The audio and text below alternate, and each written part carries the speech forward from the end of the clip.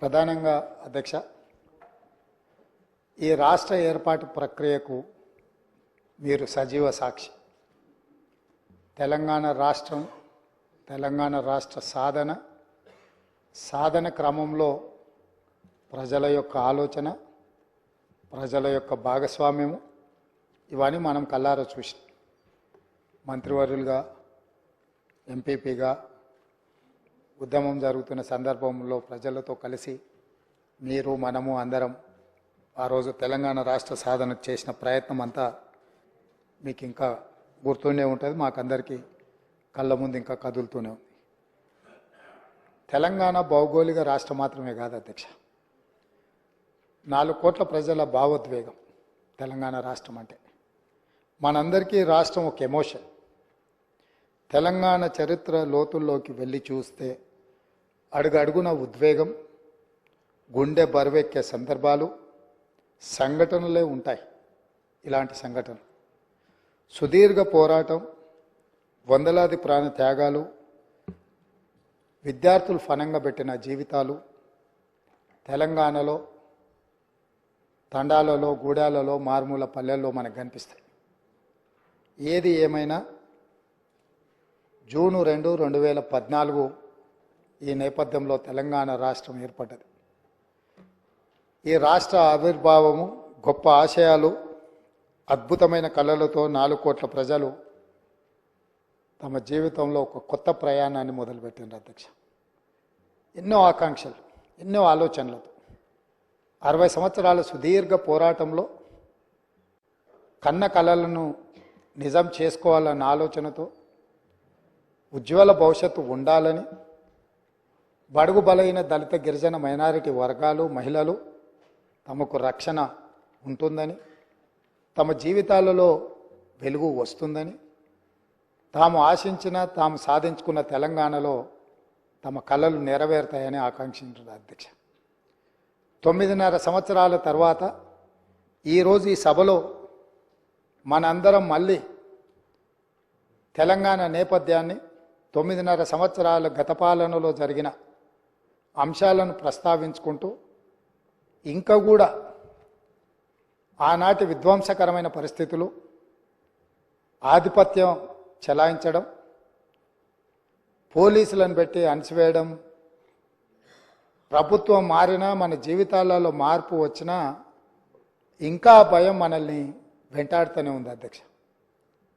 ఎందుకు నేను ఈ మాట చెప్తున్నా అంటే, ప్రజలు వ్యక్తులకు, కుటుంబాలకు వ్యతిరేకంగా స్పష్టమైన తీర్పునిచ్చి మీ విధానాలను, మీ ఆలోచనలను, మీ విధ్వంసకరమైన ధోరణిని మేము తిరస్కరించినము.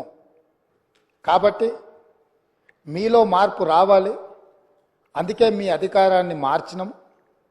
ప్రధాన ప్రతిపక్షంగా మీ బాధ్యతను నెరవేర్చాలని ప్రధాన ప్రతిపక్ష హోదా వారికి ఇచ్చి ప్రజలు ఇంకొక అవకాశాన్ని ఇచ్చే ప్రయత్నం చేశారు. దురదృష్టవశాత్తు గవర్నర్ గారి ప్రసంగం రోజు ప్రధాన ప్రతిపక్ష నాయకుడు హాజరు కాలేదు. ఈరోజు ఈ చర్చలో అయిన వారు సుదీర్ఘమైన రాజకీయ అనుభవము, పరిపాలనలో వారికి అనుభవం ఉన్నది, 80,000 పుస్తకాలు చదివిన తెలంగాణ రాష్ట్రంలో అందరికంటే అతి గొప్ప మేధావిని అని వారు పదే వారు ప్రస్తావిస్తుంటారు. ఆ మేధావితనం ఈ 4 కోట్ల తెలంగాణ ప్రజల యొక్క అభ్యున్నతి కోసం వారు ఉపయోగించి ఈ సభలో మా ప్రభుత్వం తీసుకుంటున్న నిర్ణయాలను సహేతుకంగా విశ్లేషించి, ప్రస్తావించి, ఏమైనా సలహాలు, సూచనలు ఇచ్చి, ఈ ప్రభుత్వం తీసుకుంటున్న నిర్ణయాలలో ఏమైనా ప్రజలకు ఇబ్బంది కలిగే అంశాలు ఏమైనా ఉంటే వాటిని సవరించి వారు సూచన చేస్తే, వారి సూచనలు తీసుకొని ప్రతిపక్షాన్ని, ప్రతిపక్ష నాయకుడిని గౌరవించి మా ప్రభుత్వము ప్రజాపాలన అందించాలన్న ఆలోచనతో సభలోకి వచ్చినాం అధ్యక్ష. కానీ ప్రధాన ప్రతిపక్ష నాయకుడు రాకపోవడం, ఆ కుర్చీ ఖాళీగా ఉండడం ఈ సభ యొక్క గౌరవానికి మంచిది కాదని చెప్పి తమరి ద్వారా ప్రతిపక్ష నాయకుడికి సూచన చేస్తున్న అధ్యక్ష. మనల్ని అందరినీ ప్రజలు ఎన్నుకొని ఒకరిని పాలకపక్షంగా, ఇంకొకరిని ప్రతిపక్షంగా, మిగతా పార్టీలను కూడా ఆయా వర్గాల యొక్క గళాన్ని బాధను వినిపించడానికి ఈ సభలకు పంపించినప్పుడు మన యొక్క పాత్రలను బాధ్యతాయుతంగా నెరవేర్చాల్సిన అవసరం ఉన్నది. భవిష్యత్తులోనైనా ఆ దిశగా ఈ సభలో ప్రతిపక్ష నాయకుడు అడుగుడు వేయాలని నేను కోరుకుంటున్నాను, భావిస్తున్నాను అధ్యక్ష. ఏది ఏమైనా అధ్యక్ష, మేము ఈ రోజుకి దాదాపుగా డిసెంబర్ 7 నుంచి ఫిబ్రవరి 7 తారీఖు వరకు 60 రోజులు పూర్తి చేసుకున్నాం. ఈరోజు మనం ఫిబ్రవరి నెలలో 9 తారీఖు రోజు, డిసెంబర్ 9 రోజు మేము ఏదైతే నిర్ణయాలు కొన్ని ఇదే అసెంబ్లీలో అమలు చేసినాం, అందులో ప్రధానంగా ఆడబిడ్డలకు ఉచిత బస్సు రవాణా సౌకర్యము, బాధతోని ఆసుపత్రులలో ఆర్థిక భారం ఎక్కువై వైద్యం అందక చాలామంది పేదలు చనిపోతుంటే రాజీవ్ ఆరోగ్యశ్రీ పథకాన్ని అమలు చేయడం జరిగింది. ఈ రోజుకు సరిగ్గా పథకాలు అమలు చేసి 2 నెలలు పూర్తి చేసుకుంటున్న సందర్భంలో ఈ పథకాలు అమలు చేయడానికి సహకరించిన నా మంత్రివర్గ సహచరులకు, మా శాసనసభ్యులందరికీ కూడా మనస్ఫూర్తిగా వారికి అభినందనలు తెలియజేస్తున్నా అధ్యక్ష. అదేవిధంగా అధ్యక్ష, గతంలో జరిగిన చాలా లోపభూష్టమైన నిర్ణయాలు ఉన్నాయి. వాటిని సవరించుకుంటూనే వాటిని సరైన దిశగా తీసుకువెళుతూ ప్రజలకు ఒక మంచి పరిపాలన అందించాలని అహర్నిశలు ప్రతి నిమిషము మా ప్రయత్నం మేము చేస్తున్నాం అధ్యక్ష. ఇందులో భాగంగానే మొన్న జరిగిన క్యాబినెట్లో లేదా గవర్నర్ గారి ప్రసంగంలో కొన్ని ప్రధానమైన అంశాలను మేము పొందుపరచడం జరిగింది. నేను చూసిన డాక్టర్ పల్లా రాజేశ్వర రెడ్డి గారు మాట్లాడేటప్పుడు ప్రభుత్వం తీసుకున్న కొన్ని మంచి పనులను వారు అభినందిస్తారేమో అని, అదేవిధంగా ప్రభుత్వం తీసుకుంటున్న నిర్ణయాలలో ఏమైనా ఒకవేళ వాళ్ళ దృష్టిలో సవరించుకోవాల్సిన సూచనలు ఏమైనా ఉంటే వారు సూచన చేస్తారేమో అని నేను ఆసక్తిగా విన్నా అధ్యక్ష. కానీ వారు ఆ దిశగా మాట్లాడుతున్నట్టుగా లేదు.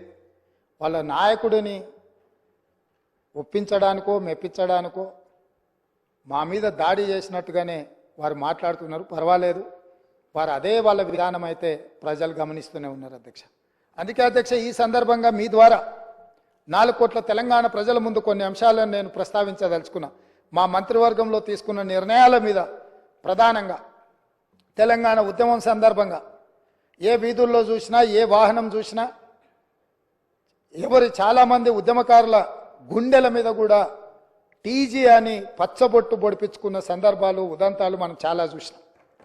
బండ్ల మీద రాసుకోవడమే కాదు, ఆనాడు ఏపీ అని ఉంటే ఏపీ వద్దు, టీజీ ఉండాలి, టీజీ కావాలి అని బండ్ల మీద టీజీ రాసుకోవడమే కాదు, గుండెల మీద కూడా పచ్చబొడిపించుకున్న సందర్భాలు, తమ రక్తాన్ని చిందించి ఆ రక్తంతో గోడల మీద రాతలు రాసిన యువకులు టీజీ అని రాసుకున్నారు అధ్యక్ష. కేంద్ర ప్రభుత్వం కూడా తెలంగాణ రాష్ట్రం ఏర్పడ్డ తర్వాత టీజీ అని వాళ్ళు నోటిఫై చేస్తే జూన్ 2, 2014 నాడు రాష్ట్రం ఏర్పడ్డ మొదటి రోజే ప్రమాణ స్వీకారం చేసిన ప్రభుత్వం టీజీ బదులు టీఎస్ అని చెప్పి వారి రాజకీయ పార్టీకి నకలుగా టీజీని టీఎస్గా మార్చి ఆనాటి ప్రభుత్వం నిర్ణయం తీసుకున్నది అధ్యక్ష. అందుకే మేము జరిగిన తప్పిదాన్ని సవరిస్తూ ఈ రాష్ట్రం టీఎస్ కాదు, తెలంగాణ ప్రజలు కోరుకున్న విధంగా టీజీ ఉండాలి, తెలంగాణ ప్రజల యొక్క ఆత్మగౌరవం, త్యాగాలు ప్రతిఫలించాలి అన్న ఆలోచనతోని మా ప్రభుత్వం, మా మంత్రివర్గం టీఎస్ను టీజీగా మార్చింది. టీజీగా మార్చినందుకు స్వాగతిస్తారనుకున్న ఆ వైపు నుంచి ప్రభుత్వాన్ని అభినందిస్తారనుకున్న అధ్యక్ష. కానీ అది నిరాశన కలిగించింది. అయినా మేమేం అధైర్యపడాలన్న ఆలోచనలో లేము, మేము ముందుకు వెళ్తాం అధ్యక్ష. అదేవిధంగా అధ్యక్ష, అధికారిక చిహ్నం ఎక్కడైనా, ఏ రాష్ట్రంలో అయినా, ఏ దేశంలో అయినా, ఈ ప్రపంచంలో రాచరిక వ్యవస్థను కాదని, ప్రజాస్వామిక పాలన ఉండాలని వేలాది లక్షలాది మంది పోరాట యోధులై యుద్ధంలో ముందు భాగాన నిలబడి రక్తం చిందించి నేల కొరిగి ప్రజాస్వామిక పరిపాలనను సాధించుకున్నారు. ఆ కోవలో భాగంగానే తెలంగాణ రాష్ట్రం నిజాంలకు, రజాకర్లకు వ్యతిరేకంగా నిటారుగా నిలబడి కొట్లాడి విముక్తి పొందినరు. ఇదే కాదు, ఆనాడు కాకతీయ సామ్రాజ్యానికి వ్యతిరేకంగా సమ్మక్క సారలక్క వీళ్ళందరూ పోరాటం చేసి పన్ను కట్టమంటే పన్ను కట్టమని తిరగబడి త్యాగాలు చేసిన సమ్మక్క సారలమ్మ జాతర మనం ఈరోజు ఆదివాసి బిడ్డలు జంపన్న వాగులో తలార స్నానం చేసి అక్కడికి వెళ్ళి దేవుణ్ణి దర్శించుకుంటున్నాం. అలాంటి త్యాగాల పునాదుల మీద ఏర్పడ్డ ఈ తెలంగాణ రాష్ట్రం, పోరాటాలతో ఏర్పడ్డ ఈ తెలంగాణ రాష్ట్రంలో రాష్ట్ర అధికారిక చిహ్నంలో ఒక పక్కన చార్మినార్, ఇంకొక పక్కన కాకతీయుల ఆనవాళ్ళు ఉన్నాయంటే రాచరిక పోకడులు ఏ విధంగా ఉన్నాయి?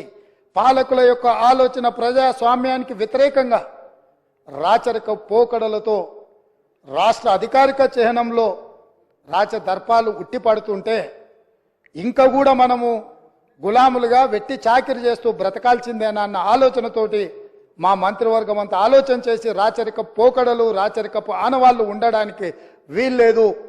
ఈ రాష్ట్రం ప్రజాస్వామిక రాష్ట్రం. ఈ రాష్ట్రంలో ప్రజలు ఎన్నుకున్న ప్రభుత్వం ఉంది, ప్రజాపాలన సాగుతుంది అని చెప్పి అధికారిక చిహ్నాన్ని మార్చాలన్న నిర్ణయం తీసుకున్నాం. ఆ నిర్ణయాన్నైనా వాళ్ళు స్వాగతిస్తారేమని చూసినాం. అధ్యక్ష, గవర్నర్ గారి ప్రసంగంలో ఈ అంశాలన్నీ కూడా ప్రస్తావించిన ఎక్కడ కూడా వాళ్ళ యొక్క సానుకూలత ఈ విషయంలో కనిపించలేదు అధ్యక్ష. అదేవిధంగా అధ్యక్ష, మనమందరం తెలంగాణ బిడ్డలం.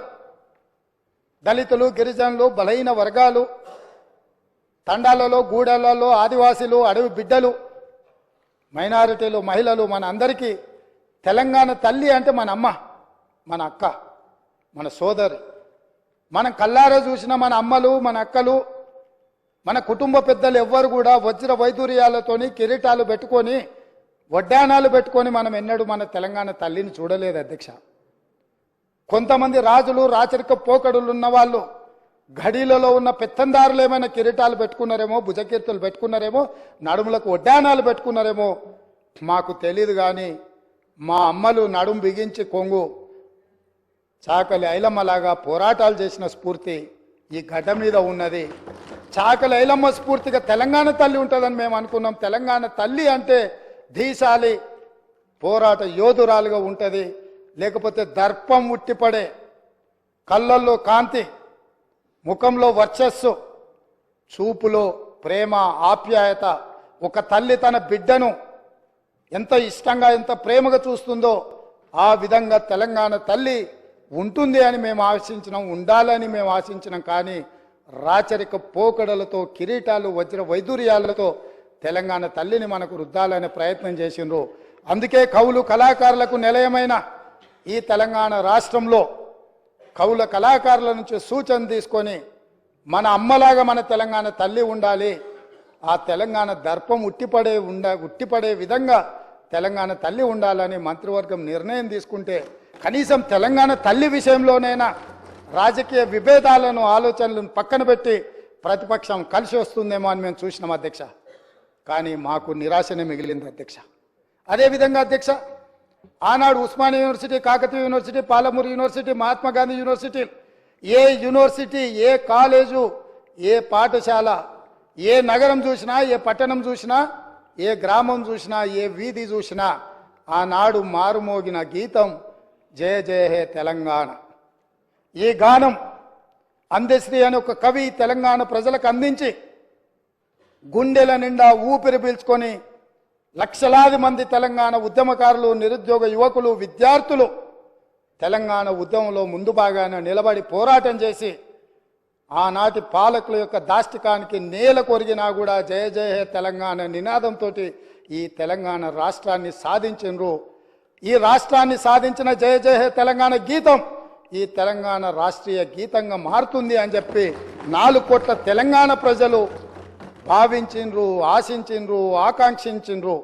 కానీ ఈ గొప్పతనం ఒక దళిత బిడ్డకు, ఈ గొప్పతనం ఆనాడు ఉద్యమాన్ని ఉవ్వెత్తున ముందుకు నడిపించిన ఒక ఉద్యమకారుడికి ఇవ్వకూడదన్న ఆలోచనతో, కుట్రతో నాటి పాలకులు జయ జయ తెలంగాణ గానాన్ని, గీతాన్ని తెలంగాణలో వినిపించకుండా నిషేధించినంత పనిచేసిండ్రు అధ్యక్ష. అందుకే ఈరోజు ఆ ఉద్యమ స్ఫూర్తితో ఉద్యమాలను గౌరవించే పార్టీగా, ప్రజల పోరాటాలను గుర్తించి ప్రజల యొక్క ఆకాంక్షలను మన్నించి ప్రజల యొక్క ఆలోచనలకే అనుకూలంగా పరిపాలన అందించిన పార్టీగా జై హే జై హే తెలంగాణ గీతాన్ని రాష్ట్రీయ గీతంగా ఆమోదించినాం.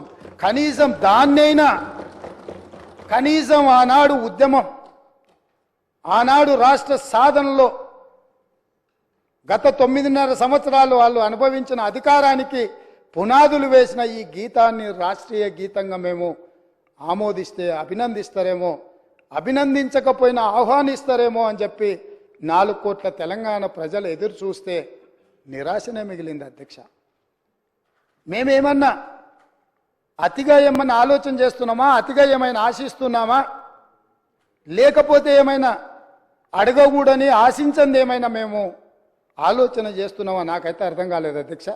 మీరైనా మాకేమైనా మా ఆలోచనలో తప్పు ఉంటే మాకు సూచన చేయండి. ఇన్ని గొప్ప నిర్ణయాలు తీసుకున్న ఈ ప్రభుత్వాన్ని అభినందించడానికి ప్రతిపక్ష నాయకుడిగా వారక్కడ కూర్చొని ఈ ప్రభుత్వం ఇగో ఈ మంచి చేసింది, ఈ మంచిని మేము ఆహ్వానిస్తున్నాం, ఈ మంచి జరగాల్సిందే, ఇగో ఈ పరిపాలనలో మీరు తీసుకున్న నిర్ణయాలలో ఈ లోపాలు ఉన్నాయి, ఈ లోపాలను మీరు మార్చుకోండి, ప్రజలకు మంచి పాలనను ఇవ్వండి అని ప్రధాన ప్రతిపక్ష నాయకుడు అక్కడ కూర్చొని సూచన చేసినుంటే వారి గౌరవం పెరిగేదే తప్ప వారి గౌరవం తగ్గదు అధ్యక్ష. ఆ కుర్చీ అట్లా ఖాళీగా కనిపించడం ఈ సభకి ఏమైనా శోభ తెస్తుందా అధ్యక్ష? ఎందుకు వారు అట్లా ఖాళీగా పెట్టి సభకు గైరాజరవ్వడం అనేది ఈ తెలంగాణ సమాజానికి ఏమైనా ప్రయోజనం ఉంటుందా అధ్యక్ష? మీరు ఆలోచన చేయండి. ఎందుకు అనంటే ఈ రాష్ట్రం మనది, ఈ ప్రాంతం మనది, ఈ నేల మనది, గాలి మనది, ఈ ప్రాంత అభివృద్ధి మనది. ప్రజాప్రతినిధులుగా మన బాధ్యతను నెరవేర్చాల్సిన అవసరం ఉంది. ఒకవేళ ప్రతిపక్షం దారి తప్పితే గుర్తు చేయాల్సిన బాధ్యత సభాపక్ష నాయకుడిగా నా మీద ఉన్నదన్న ఆలోచనతోటి వారికి సూచన చేస్తున్న అధ్యక్ష. ఆ పైన వారి ఇష్టం. అదేవిధంగా అధ్యక్ష, పదే పదే ఈ ప్రభుత్వం వచ్చిందో రాలేదో దివాలా తీసింది, ఈ ప్రభుత్వం దగ్గర చెల్లిగవ్వలేదు, ఈ ప్రభుత్వం ఎట్లా నడుపుతారు, ఆ పథకం ఎట్లా చేస్తారు, ఈ పథకం ఎట్లా అమలు చేస్తారు, మీ దగ్గర నగదేడుంది, వాళ్ళ ఆలోచన ఎట్లుందంటే అట్లా జరిగితే బాగుండు, వీళ్ళు దివాలా తీస్తే బాగుండు, ప్రజలకు ఏం అందకపోతే బాగుండు, ప్రజలు ఇబ్బందులలో ఉంటే బాగుండు అని ఉట్టి మీద పిల్లి శాపనార్థాలు పెట్టినట్టే ఉంది అధ్యక్ష.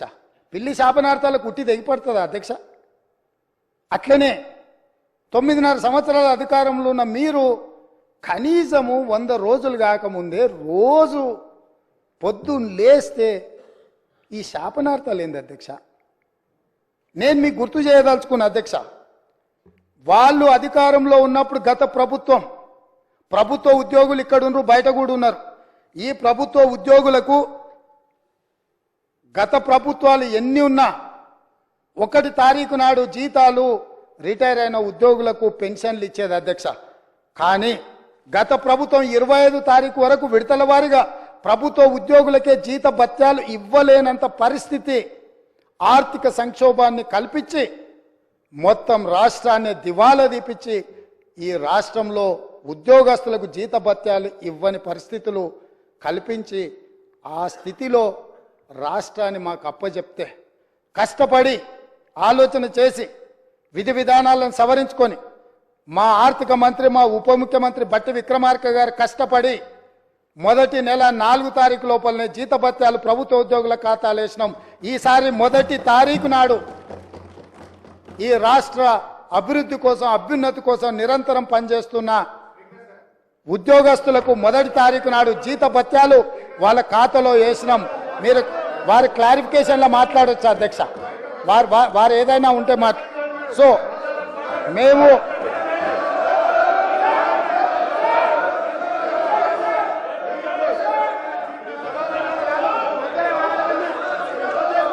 అధ్యక్ష దాదాపుగా 1 తారీఖు నాడు 4,800 కోట్ల రూపాయలు ప్రభుత్వ ఉద్యోగులకు, పెన్షన్దారులకు. Speaker sir, I'm not yielding. శాసనసభ వ్యవహారాల మంత్రిగా వారు పనిచేసిన అనుభవం ఉంది హరీష్ రావు గారికి. శాసనసభ వ్యవహారాల మంత్రిగా సభానాయకుడు నిలబడి మాట్లాడుతున్నప్పుడు కనీస గౌరవం కానీ పాటించాల్సిన బాధ్యత వారి మీద ఉన్నది. కాబట్టి ప్రభుత్వ ఉద్యోగులకు పెన్షన్దారులకు ఈ నెల 1వ తారీఖు నాడు మేము జీత భత్యాలు వాళ్ళ ఖాతాలో వేసినాం అధ్యక్ష. కనీసం ఈ విషయమైనా వారు అభినందిస్తారేమని మేము ఆలోచన చేసినాం అధ్యక్ష. అయినా వాళ్ళకి మనసు రాలేదు అధ్యక్ష. ఎందుకంటే ప్రజాస్వామిక పరిపాలననే వాళ్ళకు నచ్చదు. కాబట్టి వాళ్లకు అభినందించాలన్న ఆలోచననే రాలేదు అధ్యక్ష. అదేవిధంగా పదే రైతు బంధు గురించి, రైతు బంధు పడలేదని, రైతులను నిజంగానే వీళ్ళు రాజులను చేసినట్టుగా ఇట్లాంటి మాటలతో ఇంకా భ్రమలు పెట్టాలనే ప్రయత్నం చేస్తున్నారు అధ్యక్ష. ఈరోజు నేను మీకు గుర్తు చేయదలుచుకున్నా అధ్యక్ష, మీ ద్వారా వాళ్ళకు కూడా గుర్తు చేయదలుచుకున్నా. ఆర్థిక మంత్రి అక్కడనే ఉన్నాడు, లెక్కలు ఇక్కడనే ఉన్నాయి. ఈ లెక్కలన్నీ నేను చెప్తాను, కాదంటే వారి అవకాశం వచ్చినప్పుడు మీ అనుమతితో వారిని మాట్లాడమన్నారు అధ్యక్ష. రైతు బంధు ఇంకా వేయలేదు, ఎక్కడ పోయింది ప్రభుత్వం అని చెప్పిండ్రు కదా, పదే మాట్లాడుతున్నారు అధ్యక్ష. 2018-19 యాసంగి రైతు బంధు 20-10-2018 నాడు మొదలుపెట్టి 30-3-2019 5 నెలలు పట్టింది అధ్యక్ష. 2018-19లో యాసంగి పంట రైతు బంధు డిసెంబర్ 10వ నెలల మొదలు పెడితే 19లో మార్చి 30 తారీఖు వరకు వేసింది అధ్యక్ష. 5 నెలలు పట్టింది వాళ్ళకు 2018-19లో రైతు బంధు వేయడానికి. వస్తున్న ఎలక్షన్ ఇయర్ కాదు, ఆ తర్వాత సంవత్సరాలు కూడా ఉన్నాయి, తొందర ఎందుకు.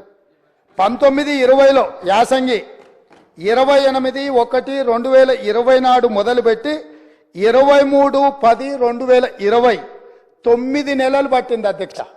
ఒక్క యాసంగి పంటకు రైతు బంధు వేయడానికి 9 నెలలు ఆనాటి ప్రభుత్వం తీసుకున్నది అధ్యక్ష.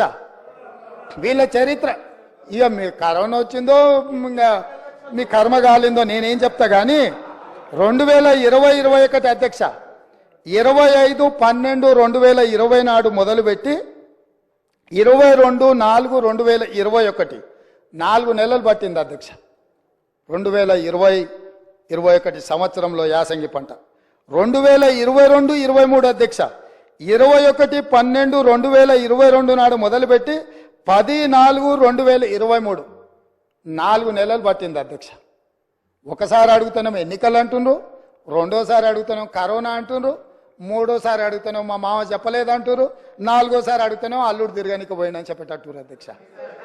ఎట్లా అధ్యక్ష మీ పరిపాలన? స్పష్టంగా అధికారిక లెక్కలు ఈ రకంగా చెప్తుంటే మేము వచ్చిందే మొన్న 60 రోజులు కాలేదు, ఆల్రెడీ మేము క్లియర్గా చెప్పినాము 100 రోజుల్లో వాటిని పూర్తి చేస్తామని.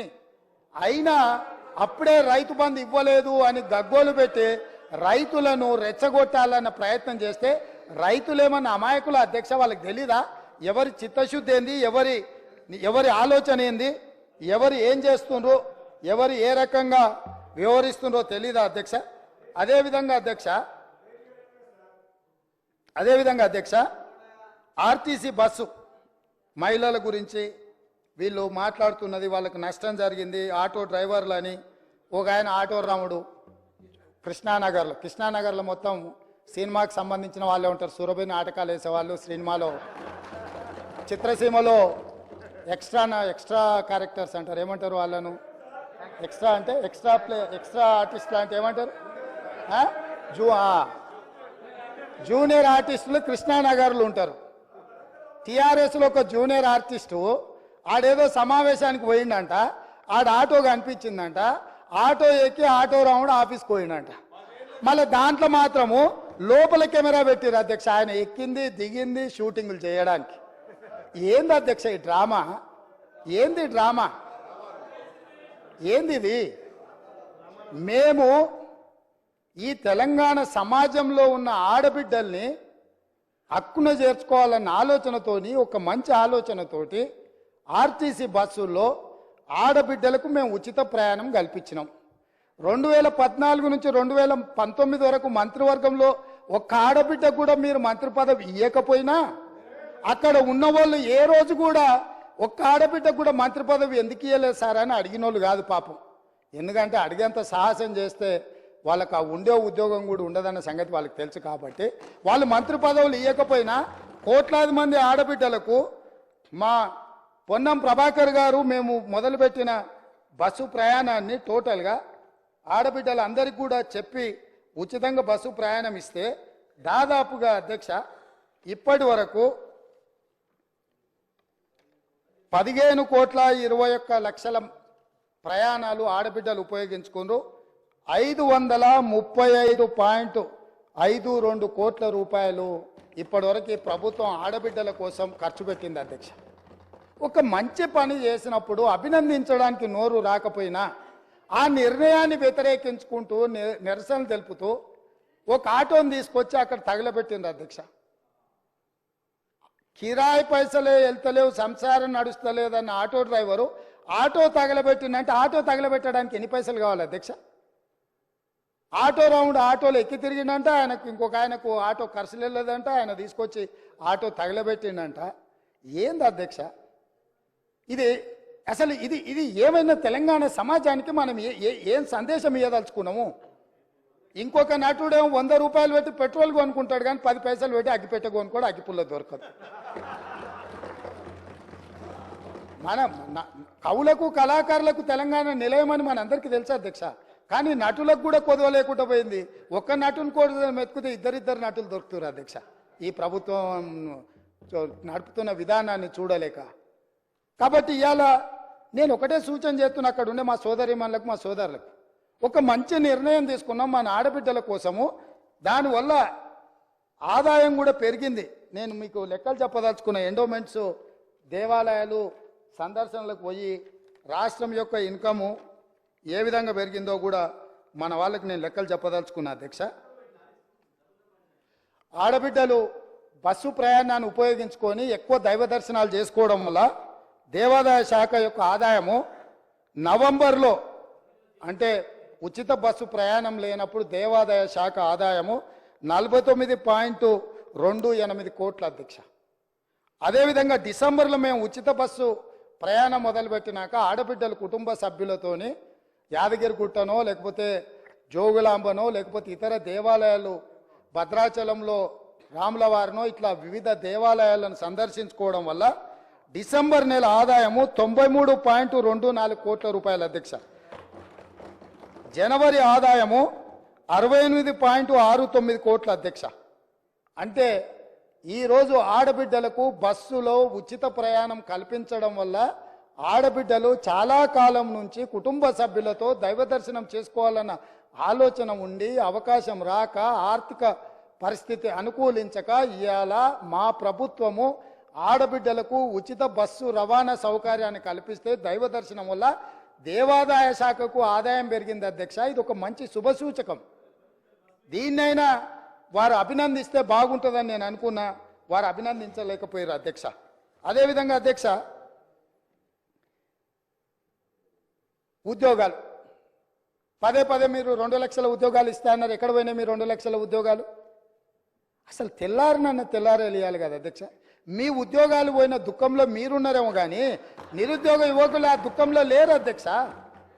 ఉద్యోగ అవకాశాలు కల్పించాలంటే దానికి ఒక ప్రాసెస్ ఉంటుంది అధ్యక్ష, ఒక విధానం ఉంటుంది. జస్ట్ లైక్ దట్ ఇట్లా చేయడానికి ఉండదు. గతంలో మీరు చేసినట్టు మేము చేయలేము. జిరాక్స్ సెంటర్లలో పల్లి బఠానీలు అమ్మినట్టు పరీక్ష పత్రాలు ఎక్కడ పడితే అక్కడ సంతలో సరుకులాక అమ్ముకునే విధానం మేము దేదలుచుకోలేదు అధ్యక్ష. మా పేషీలలో ఉండేటోళ్ళు ఎవరు అట్లాంటి దాంట్లో లేరు అధ్యక్ష. మా పేషీలలో ఉండే వాళ్ళ బంధువులు ఎవరు ఇట్లాంటి కుంభకోణాలలో లేరు అధ్యక్ష. మేము మీలాగా కాదు, మీరు మీలాగా మమ్మల్ని ఎందుకు అనుకుంటున్నారు? ఒక విధానం, ఆ విధానంలో మేము ప్రయత్నం చేస్తున్నాము. గతంలో మీరు నియమించిన వాళ్ళకి అర్హత లేదని హైకోర్టు చెప్పింది సభ్యులుగా. వాళ్ళని తొలగించమంటే రాజీనామా చేయమని అంటే వాళ్ళు విస్మించు కూర్చుంటే కొన్ని విధి విధానాల వల్ల వాళ్ళని తొలగించడానికి కొంత ఆలస్యమైంది. వాళ్ళ వెనకాల కూడా మరి మీరే ఉన్నారా అంటే నాకు తెలియదు, అది మీరు చెప్పాలి ఉన్నారో లేరో. ఏదేమైనా వాళ్ళని తొలగించడము, కొత్తగా నోటిఫికేషన్ ఇవ్వడం, కొత్తగా ఆహ్వానించడం, చైర్మన్గా అదేవిధంగా సభ్యులుగా నియమించడం ఇదంతా కూడా ఒక ప్రాసెస్. ఇదే కాకుండా గతంలో ఇచ్చిన నోటిఫికేషన్లకు కూడా ఎంతసేపు మీ ఉద్యోగాలను రెన్యువల్ చేసుకోవాలన్న ఆలోచనలో పడి ఆ తాపత్రయంలో మీరు వాళ్ళ ఉద్యోగ నియామకాలు చేపట్టకపోవడం వల్ల వైద్య ఆరోగ్య శాఖలో మీరు నియామకాలు చేపట్టకుండా వదిలేస్తే మేము వచ్చి ఆ సమస్యలు పరిష్కరించి పెద్దలు దామోదర్ రాజనరసింహ గారు మొట్టమొదట ఆ కార్యక్రమాన్ని చేపట్టి 6,956 స్టాఫ్ నర్సు ఉద్యోగాలు ఎల్బీ స్టేడియంలో నియామక పత్రాలు వాళ్ళకి అందజేసినాం అధ్యక్ష. ఇది మా చిత్తశుద్ధి. అదేవిధంగా మొన్నటికి మొన్న సింగరేణి బొగ్గు గని కార్మిక సంఘంలో 2 సార్లు వాళ్ళే అధికారిక కార్మిక సంఘంగా ఎన్నికైనరు. కానీ ఏనాడు ఆ కార్మికుల బాగుల గురించి ఆలోచన చేయలే. అందులో కూడా ప్రశ్నా పత్రాలల్లా అదేవిధంగా ఇచ్చిన టెండర్లలో ఏం జరిగిందో భవిష్యత్తులో తేలుతుంది. కారుణ్య నియామకాలు కూడా చేపట్టలే. వాళ్ళ ఇంట్లో మాత్రం 4 ఉద్యోగాలు కారుణ్య నియామకాలు చేపట్టారు. వాళ్ళు ఉద్యోగాలు ఉంటూనే ఉంటారు. రెన్యువల్స్ మీద రెన్యువల్స్ ఎక్స్పెక్ట్ చేస్తూనే ఉన్నారు. ఎంబడే మా బట్టి విక్రమార్క గారు ఆ కారుణ్య నియామకాల విషయంలో స్పష్టమైన నిర్ణయం తీసుకొని 441 కారుణ్య నియామకాలు మొన్నటికి మొన్న నక్లెస్ రోడ్లో అంబేద్కర్ సాక్షిగా ఉద్యోగ నియామకాలు చేపట్టిన అధ్యక్ష. అదేవిధంగా పోలీస్ డిపార్ట్మెంట్లో నియామకాలు చేపట్టాల్సిన చర్యలు వాళ్ళు చేపట్టకపోవడం వల్ల 15,000 పోలీసు ఉద్యోగ నియామకాలు వాళ్ళు ఇట్లనే అరిసి గోలబెట్టినా వీళ్ళు ఇట్లనే అరుచుకుంటూ కూర్చున్నా తొందరలోనే పోలీస్ శాఖలో 15,000 పోలీసు ఉద్యోగ నియామకాలు చేపట్టి మా చిత్తశుద్ధిని నిరూపించుకున్న బాధ్యత మా మంత్రివర్గం తీసుకున్నది. వాళ్ళు అరిసి గోలబెట్టిన చొక్కాలు చించుకున్న 15 రోజుల్లో వాళ్ళు అడ్డం పడ్డా సరే 15,000 నియామకాలు పోలీసులను చేపట్టి నిరుద్యోగ యువకులను ఆదుకునే బాధ్యత మేము తీసుకుంటాం అధ్యక్ష. కాబట్టి ఇవాళ గ్రూప్ 1లో కూడా పరీక్షలు లోపభూయిష్టంగా నిర్వహించడం వల్ల high court single bench, high court divisional bench అన్ని కోర్టులు వీళ్ళు అవలంబించిన విధానాలను కోర్టు కొట్టేస్తే లక్షలాది మంది నిరుద్యోగ యువకులు పరీక్షలు రాసి మీ చేతగాని తనం వల్ల వాళ్ళ జీవితాలతో చెలగాటమాడుతుంటే కొత్త బోర్డునేసి అదనంగా ఖాళీలను అన్నిటిని కూడా కలిపి ఈరోజు గ్రూప్ 1 పరీక్షలకు మా ప్రభుత్వం క్లియరెన్స్ ఇచ్చింది. తొందరలోనే నోటిఫికేషన్ ఇచ్చి వీళ్ళ వల్ల వయసు మీద పడ్డ వాళ్లకు 46 సంవత్సరాల వరకు ఉద్యోగ అప్లికేషన్ పెట్టుకోవడానికి అర్హత కల్పించి వయసుకు కూడా మినహాయింపునిచ్చి మా ప్రభుత్వం నిరుద్యోగ యువకుల్ని ఆదుకోవాలన్న ఆలోచనతోని మేము ముందుకు వచ్చినాం అధ్యక్ష.